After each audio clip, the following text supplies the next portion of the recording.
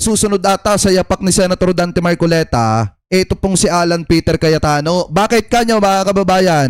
Ito panoorin natin kasi may aligasyon siya dito po kay Senator Ping Lacson mga kababayan, at yan po ay sinagot mismo ni Senator Ping Lacson. So ito ay play po natin.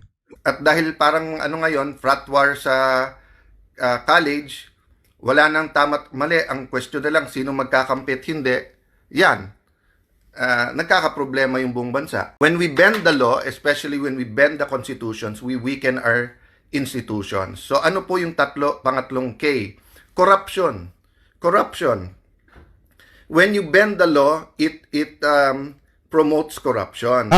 So sabi po, unang sinabi ni ng new majority, huwag kayong mag-alala, hindi na si Senator Lacson ang magiging blue ribbon. So parang lang inamin na talagang ano siya, what we call this, bias doon, at ayaw na sa kanya, at saka medyo aminin man nila hindi, kung ano na script ng Malacanang, yun na sinusunod ni Senator Lacson at ni Senator Soto. No? Partida, kahit wala siyang resibo o ebidensya patungkol dyan, yan ang sinasabi ni Alan Vlogger Cayetano mga kababayan.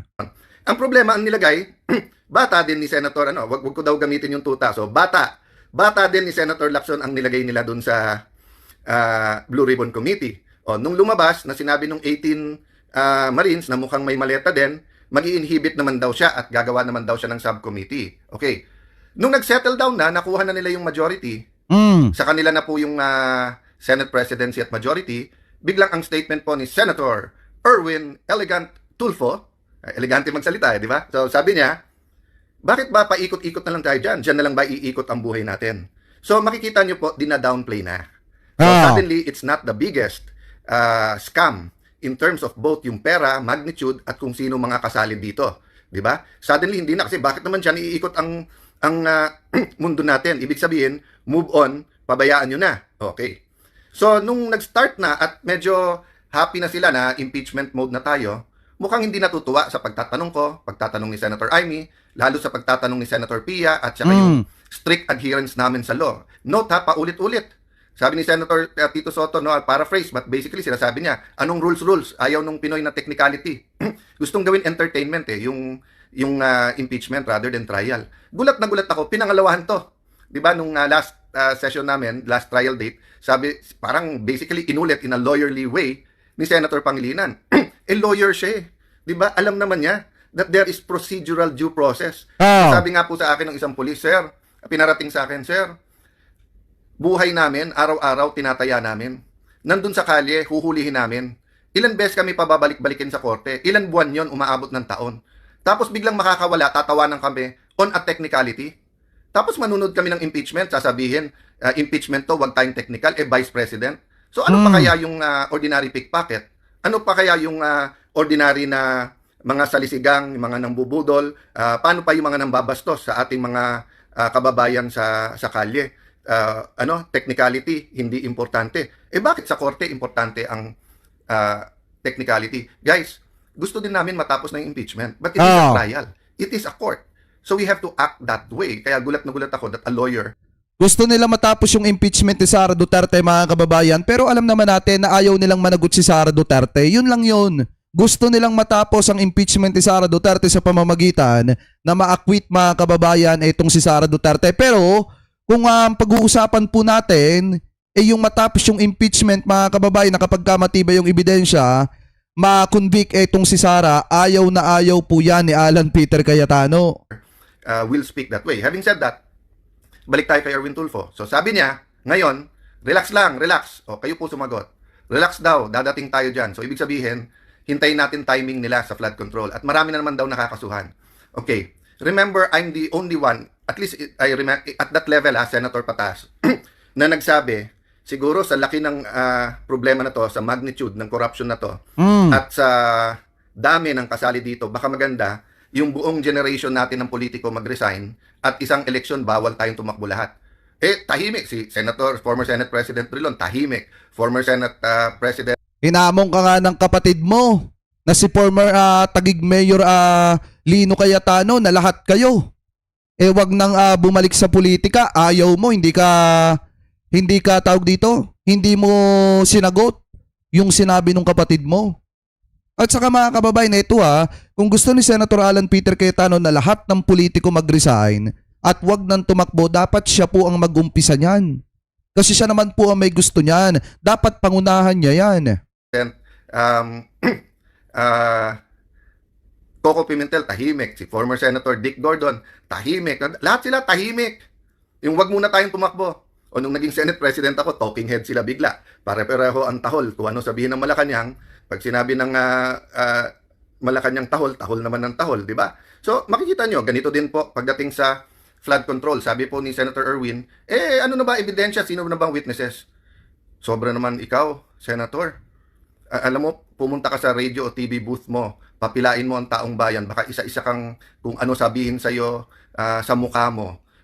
First and foremost, sinabi ng ombudsman, pwedeng gamitin yung sa 18 Marines, di ba? O, tapos iniisa-isa pa. Napakinggan nyo pa kahit once. Hindi, dinidismiss nyo na. O, pangalawa, yung sinasabi po na Bersamin files. O, hindi naman nag-testify na eh. Pati yung key witness na ginagamit ng gobyerno ngayon, nung sinabing umabot hanggang sa presidente, ang sagot, si Senator Lacson na, hindi na yung witness ang sumagot. Okay, sinabi natin po sa mga ahensya ng gobyerno, pati DPWH, mag-submit sa atin. Ano ba talaga ghost? Ano po ang mali lang ang pagkagawa? Alin ang substandard? Hanggang ngayon, sinabit ba sa atin? O yung ICI ba, yung NBI, yung DPWH, lahat sila nag-imbestiga, sinabit ba sa atin? Mag-iisang taon na. So pagkakakampi, may pagkakataon na ayusin muna para hindi magmukhang ghost, ganun ba? Eto, tanong ko mga kababayan sino ang nakakaalam na mukhang malapit na atang makumpleto yung BJMP? Sino ang nakakaalam nun mga kababayan? At sino ang nakakaramdam na mukhang malapit ng makumpleto? Kasi 'di ba isang letter na lang yung kulang doon. Letter P mga kababayan para mabuo na yung BJMP. So ngayon mukha atang makukumpleto na. Yun ang lumalabas sa internet sa lahat ng discussion. Kung yan ay 1, 2, 3 buwan, pinagtatanggol ko pa kayong lahat eh. Kaya ang problema hindi na eh. Mag-iisang taon na. Inventory lang. Maglabas lang kayo. Ano ang budget ng 2023, 24, 25? Saan napunta yan? Nagawa ba? Hindi. So, pagdating po sa witnesses, marami po. Siguro kung 4-5 hearing lang po, nakapila na yan. At even kung gamitin natin witnesses yung DOJ at saka yung NBI, DBM, may lalabas dyan. Ang problema, tatamaan si Senator Erwin. Diba? Kaya nga kinakanti-kanti, medyo pinopoke bear ni Senator Lacson nung umpisa yan sa isang kontraktor. And then syempre sa party list nila. So napakarami yan. I won't go into details now. But I want you to think about this weekend. Anong KKK ang gusto nyo?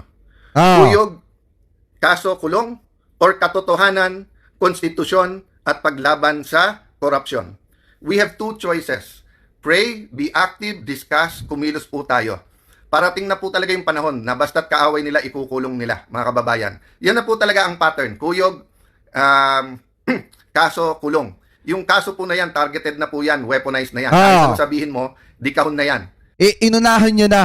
Inunahan niya na agad mga kababayan. Kasi nga, possible na baka makita natin isang araw na makasuhan itong si Senator Alan Peter Cayetano at makulong din po ito mga kababayan. Kasi nga, 'di ba, kung matatandaan nyo yung isa siya sa nag-react doon mga kababayan sa issue ng SEA Games. And then kung titingnan nyo, 'di ba, may nabanggit si Senator Ping Lacson mga kababayan na talagang may flood control din at ghost project diyan po mga kababayan allegedly sa Taguig.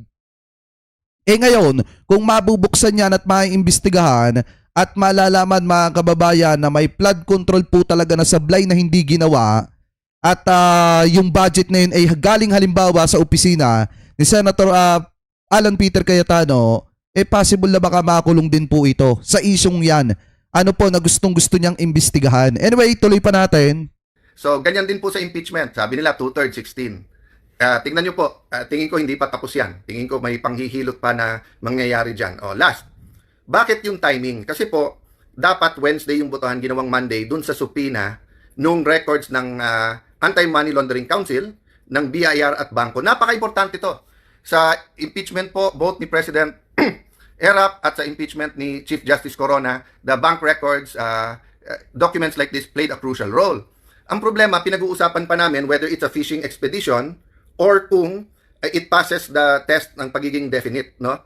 Kung ano po yung yung particulars na hinihingi. Oh. So sabi nila, hindi, basta katotohanan, ilabas na. O di ba ang daming tumaas ng kilay nung sinabi ni Senator Erwin na yung 400 million sa SALN niya, more or less yun yung narinig kong amount. Ang sabi daw is yung amount na yan kinita niya nung nung media. Nagsalita si Jason na napakatagal niya sa media and he was on prime time.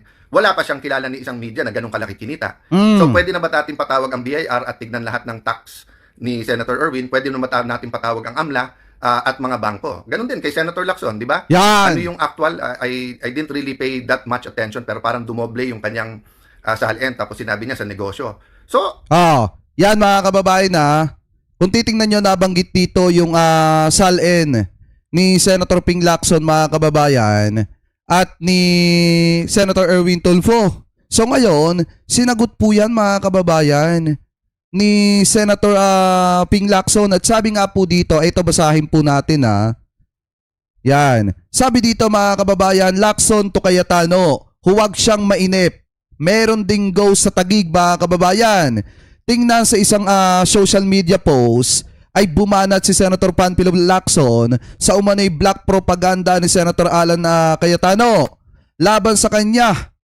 Sa huli, nitong live stream sa kanyang tinawag na live selling on FB mga kababayan, ang naturang issue ay kaugnay ng Statement of Asset Liabilities and Network o itong SALN, maring idiniin ni Senator Lacson na wala siyang insertion o pork barrel mula nang maging senador at anong kinalaman ng mga insertion sa mga infrastructure projects. Bumelta si Senator Lacson sa kapwa mambabatas na huwag itong mainip dahil meron din mga ghost project sa Taguig, sa baluarte mismo ng mga Cayetano. Sabi dito mga kababayan na ito, quote in quote yan. Let me correct Senator Alan Cayetano's latest live selling on FB using wild insinuations and black propaganda against me. Hindi nagdoble ang network sa SALN ko in 2025 compared to 2022 when I left the Senate. Actually, more than 4 times ang increase at 244.9 million compared to 58.7 million in 2022, the year I left government. Sabi dito mga kababayan, whatever money I have, I definitely earn legitimately through some real estate deals and other legitimate businesses with 2 other business partners as a private individual, and I paid 10.5 million and 2.8 million respectively as reflected in my ITRs mga kababayan or yung tinatawag na income tax returns. So sabi pa dito mga kababayan, unlike Senator Cayetano with 6.79 billion in budget insertion under the 2025 GAA. Wala akong insertion, aka pork barrel, since I become a senator. At lalong wala akong 25% kickback sa mga slow protection and other infra projects. I don't know how about him, but I have consistently refused lobby monies in relation to my job as an legislator. Sabi pa dito, and yes, Blue Ribbon hearings, huwag siyang mainip. Meron ding ghost sa Taguig mga kababayan. At ito pa yung isa sa pinakamatinding sinabi ni Senator Ping Lacson dito po kay Alan Peter Cayetano. Ito, sabi dito, Ping Lacson, ang tamang lugar ni Alan Cayetano ay sa QC jail. Ibig sabihin mga kababayan, malaki ang posibilidad pala na makulong itong si Alan Peter Cayetano katulad po ni Rodante Marcoleta. Once na lumalim mga kababayan yung investigasyon patungkol po doon sa mga flood control sa Taguig mga kababayan at doon po sa SEA Games na kung saan una po siyang pumutak. Ano po, so ngayon ituloy pa natin. Sabi dito, muling pinabulaanan ni Senator Panfilo Lacson ang pahayag ni Senator Alan Peter Cayetano na umano'y dumoble ang kanyang network noong 2025. Sa isang social media post nitong linggo, Hulyo 19, sinabi ni Lacson na patuloy umano siyang tumatanggap. Eto tumatanggap ng impormasyon at ebidensya mula sa mga informants at witness na maaaring magdala kay Cayetano sa kanyang tamang lugar. At ano yung tamang lugar mga kababayan? Di yung yung Dapayatas QC Jail. Diba, yun ang tamang lugar daw ni Alan Peter Cayetano. So sabi dito, as of this morning, I'm still counting informants and witnesses directly or through intermediaries willing to provide information and evidence to put him in his proper place, mga kababayan. Dapayatas QC Jail. So ibig sabihin, si Senator Alan Peter Cayetano, malaking posibilidad na maging Marcoleta 2.0, mga kababayan. Dahil nga, meron din palang mga nagbibigay ng impormasyon at ebidensya dito po kay Senator Ping Lacson, mga kababayan, patungkol po dito sa mga isyo na kinasasangkutan ni Senator Alan Peter Cayetano. Ito nga po yung paulit-ulit kong sinasabi, mahirap mamato ng putik kung may putik ka rin sa katawan mo. At yan ang nangyayari sa likuran mo.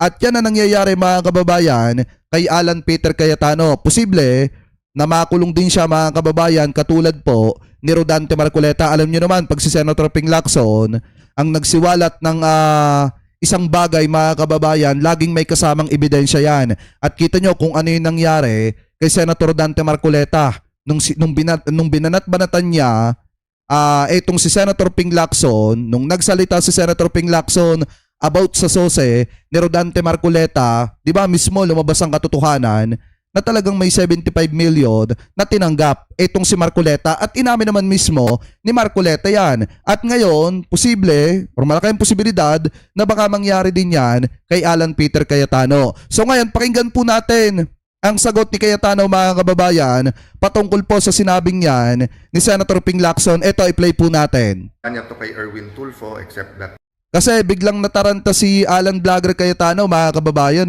tumampi ka agad sa kanya. So, maybe 1 or 2 more. So, pang 6 or 7 na ako, 6-7 na ako sa mga tina-target ni Senator Lacson. So, pag-usapan natin mamaya yan in a very calm, in a very professional matter. Ma-assure ko rin po kayo na walang ghost project sa Taguig. Kasi sinasabi dito ni Alan Peter Cayetano, take note, mga kababayan, tina-target daw siya ni Senator Ping Lacson. Pero siya naman ang tira ng matindi kay Senator Ping Lacson. Alam niyo, mga kababayan, hindi naman yan pakakailaman ni Senator Ping Lacson kung hindi masyadong parang puwet na manok yung ano niya. Diba, mga kababayan, na putak ng putak. Anyway, tuloy pa natin. To the best of our knowledge, ilang beses na nag-inspect. Having said that po, kaya ko sinabing ko anong itatanim, yan ang aanihin. Kahit anong isip ko po hindi pwedeng manahimik sa nangyayari sa ating bansa. So, ang nangyayari po ngayon ay may mga mastermind talaga at may mga minions. So, shoot kong t-shirt today ay dedicated po sa mga minions. Alam niyo naman ang pangalan ng mga minions, di ba? Pero etong isa, ito, yan. Yung minion na yan, pangalan yan ay Melvin. So, shout out sa iyo ngayong Sunday na to, Melvin the Minion. Marami naman yan So, ay, sinagot siya ng NBI, ha? So, let's talk about kasi sabi na relax lang, cool lang. So, sige, pag-usapan natin mga sinabi ni Senator Lacson, pero sayang oras if it's going to be about him or me or yung dispute namin. Hindi, dapat pag-usapan natin kung ano yung sinabi ni Senator Ping Lacson. Bakit pagdating nga doon, sinasabi mo sayang yung oras? Bakit hindi natin pag-usapan yan? Kasi kapag tumiba yung ebidensya, halimbawa na nakalap ni Senator Ping Lacson, posibleng makulong ka doon. O bakit tayo mong pag-usapan yan? But if it's going to be about a path towards finding the whole truth, ano ang forma ng flood control? Tingnan nyo, mga kababayan, di ba sabi niya, ayaw niyang pag-usapan yung kay Senator Ping Lacson kasi sayang daw po ang oras. Paano ba naman yung pag-uusapan? Maliwanag na prangkang sinabi ni Senator Ping Lacson na talagang marami ang nagbibigay sa kanya ng mga impormasyon at ebidensya patungkol po sa kinasasangkutan ni Alan Peter Cayetano, at pag nakumpleto yon, posibleng ilagay sa tamang lugar o mailagay sa tamang lugar itong si Alan Peter Cayetano, which is, mga kababayan, sa Payatas QC Jail, mga kababayan. Ano po? So ngayon, ituloy pa natin. Saan siya natigil at bakit na-question yung integrity niya? Hindi po ako ang nag-question ng integrity niya. Buong bayan ang question ng integrity nung tumigil siya mag-imbestiga nung pagdating na doon sa Bersamin files, di ba? Maraming pag-uusapan diyan. Marami pang ibang ebidensya na pwedeng sundin, no? Ang point ko lang, guys, hindi to entertainment na debate o dalawang senador na nagbabangayan. Nagtimpi din po ako hindi magsalita. Grabe po ang ginawa niya kay Senator Marcoleta. Tapos nung nakulong na, panay kutya pa, panay pa ang tweet ba ginagamit niya or whatever na kung ano pang sinasabi sa health niya, makulong, etc. And the irony is, it's because of campaign donations. Alam ko rin naman saan nanggagaling yung campaign donations ni Senator Lacson, di ba? So, O di dapat ilabas mo. Ganun lang yan mga kababayan. Alam nyo, pagka kasi nagbato kayo ng aligasyon, dapat lagi may ebidensya. O ngayon, nagbato siya ng aligasyon. Alam niya daw kung saan nanggagaling yung campaign donation ni Senator Ping Lacson o bakit hindi niyo sabihin kung saan nanggagaling. Mahirap kasi mga kababayan yung nagsasalita tayo nang wala talagang resibo o ebidensya. Katulad ditong sinasabi ni Senator Alan Peter Cayetano. Dapat kasi pag magbibitaw siya ng salita, dapat lagi siyang may resibo. Hindi katulad ni Senator Ping Lacson na pag nagbitaw ng isang pagsisiwalat, laging may kasunod na resibo na po yan. napakabigat po para sa akin na kasi while I was preparing, fixing itong mic na to, tinitignan ko kung plug and play lang to. May lumapit sa akin, tapos sabi sa akin, Sir, support, tuloy kayo, tulong. Sir, totoo ba yung away ng mga senador? Sabi ko, kita nyo, kinukulong na nga yung iba eh. Kaya, oo nga sir, pero parang, so I realized that to many people, this belief, di ba, na ganyan na ang nangyayari. Kahit po kami sa Senado, kasi although si Senator Lacson may history to do that, ginanong din niya yung former Senate President Villar, basta't nakaaway niya, ganyan yung kanyang word niya, hindi ko word down. That's how he melts down, di ba? By trying to destroy his enemies, ikulong. But guys, konting patience din kay Senator Lacson kasi one, may amo eh. Ginagawa lang niya yung sinasabi ng amo para pag ginipit ako, ang pagbibintangan siya, hindi yung administrasyon, di ba? Kasi ang importante naman sa kanila, yung boto naman talaga dito sa impeachment, tapos yung chacha or charter change. So I'll tell you more later. What's important po is siguro mga before 2 o'clock siguro po, no? Let me just have coffee, baka mag-lunch. And then let me gather my thoughts. Mag-aaral din ako for tomorrow and Tuesday. And so okay naman po yung sound. So from Jeddah, Saudi Arabia, Miss Zarincia Tobon. Ayan mga kababayan ayaw niyang pag-usapan yung patungkol sa mga sinabi ni Senator Ping Lacson kasi bukod daw sa sayang ang oras, laging ang ibinabato niya kay Senator Ping Lacson kaya doon nagkakaganon si Senator Ping dahil daw may amo. Pero wala naman siyang patunay about do sa mga sinasabi niya. Alam nyo kasi mga kababayan, dapat si Senator Alan Peter Cayetano, dapat tingnan mo kung ano yung nangyari kay Senator Dante Marcoleta. Nung nagsimula siyang magsiwalat ng kung ano-ano, wait lang tanggalin lang natin to, yan. Yan. Wait lang. Nung nagsimula siyang magsiwalat ng kung ano-ano mga kababayan, ano po ba naging ending? 'Di ba? Ano naging ending kay Rodante Marcoleta? Nakulong siya kasi nailabas ni Senator Ping Lacson kung ano yung katotohanan eh. 'Di ba? Nailabas ni Senator Ping Lacson kung ano yung katotohanan dito sa sosi ni Senator Dante Marcoleta. Kaya nga mga kababayan, kung titingnan nyo sabi dito ni yan. Sabi dito ni Attorney Jess, eto basahin natin. Tanggalin ko lang to. Yan. Noong tinabla, eto, highlights ko ng blue noong tinabla ni Rodante Marcoleta si Senator Senator Ping Lacson, Ping deliver a privileged speech about Marcoleta's anonymous campaign donation. Ngayon, nakakulong na si Marcoleta. Kaya mag-ingat ka, Alan Petra. Baka parehong ending mo sa BGMP mga kababayan. Kasi biruin nyo, kung titingnan nyo talaga, di ba, nung tinatabla or nung inaaway ni Rodante Marcoleta si Senator Ping Lacson, nung nag-umpisa na si Senator Ping na magsalita about do sa campaign donation mga kababayan na tinanggap ni Senator Rodante Marcoleta na hindi niya inilathala sa kanyang sose, di ba doon na rin nadulas itong si Marcoleta at nailathala niya sa publiko na nung tinanggap niya yung pera ay siya po ay sitting congressman. Kaya ano yung naging ending mga kababayan? Nakulong. 'di ba, nakulong etong si Marcoleta. So ngayon, malaki ang posibilidad na baka maging ending din nitong si Senator Alan Peter Cayetano ay mapatulad siya kay Marcoleta, maging Marcoleta 2.0 siya, mga kababayan. Ano po? So kayo, kung kayong tatanungin, ano po masasabi nyo? Hingil po sa usapin na yan. Comment below na lamang po kung ano po ang comment at opinion nyo po. Hingil po dyan.